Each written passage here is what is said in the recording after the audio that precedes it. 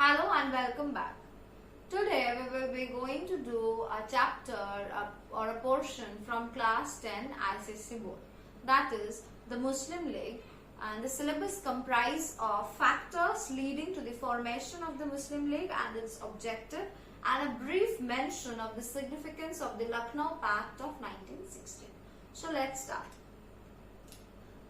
So what was Muslim League? Muslim League was founded in 1906. It is another party after Indian National Congress formed during our struggle for freedom, and Muhammad Ali Jinnah, Syed Ahmad Khan, they were the main leaders of the party. Later on there were several others, and this party demanded for a separate nation for Muslims, and finally Pakistan was created. It's just a small background.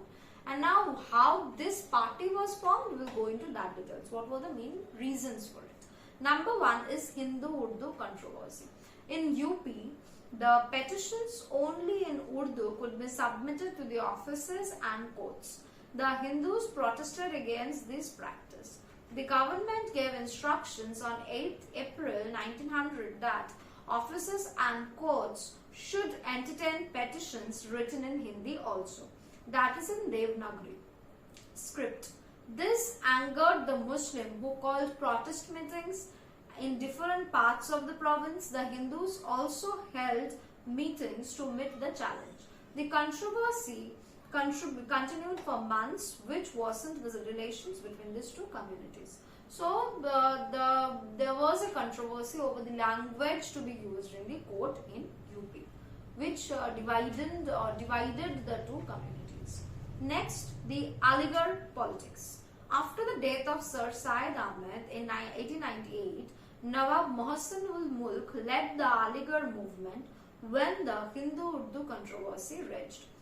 He was the secretary of the Mohammedan Anglo-Oriental College Trust. He had severely criticized the government order granting equal status to Hindi and Urdu in UP.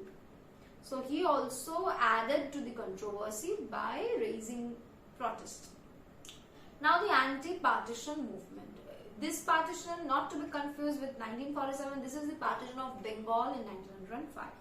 During the early phase of the anti-partition movement, a large number of Muslims took part in the protest meetings.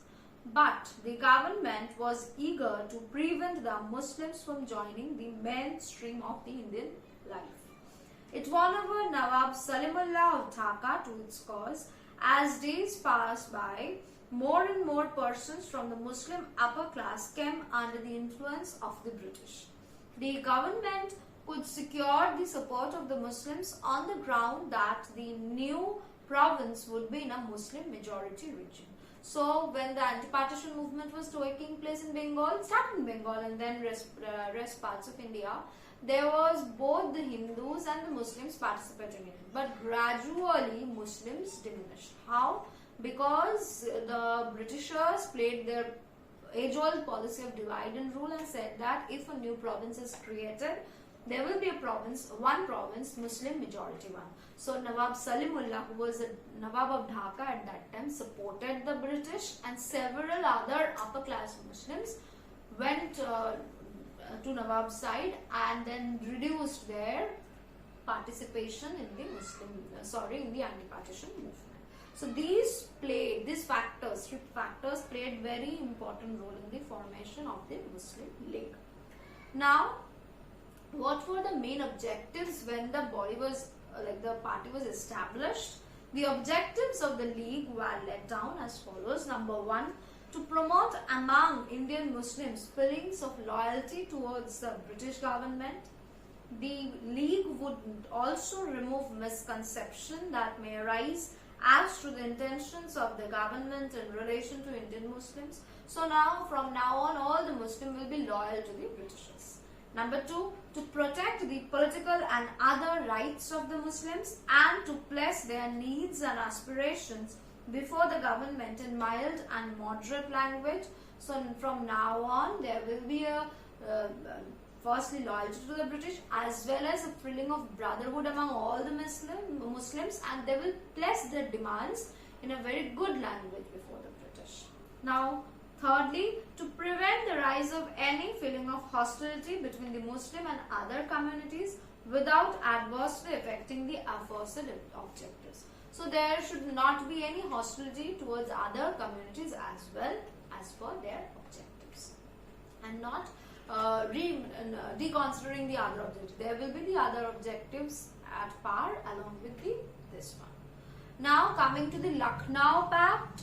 Why this is significant? Now we will read. In November 1910, Lord Hardinge became the Viceroy of India in place of Minto. So after Minto, there is Lord Hardinge.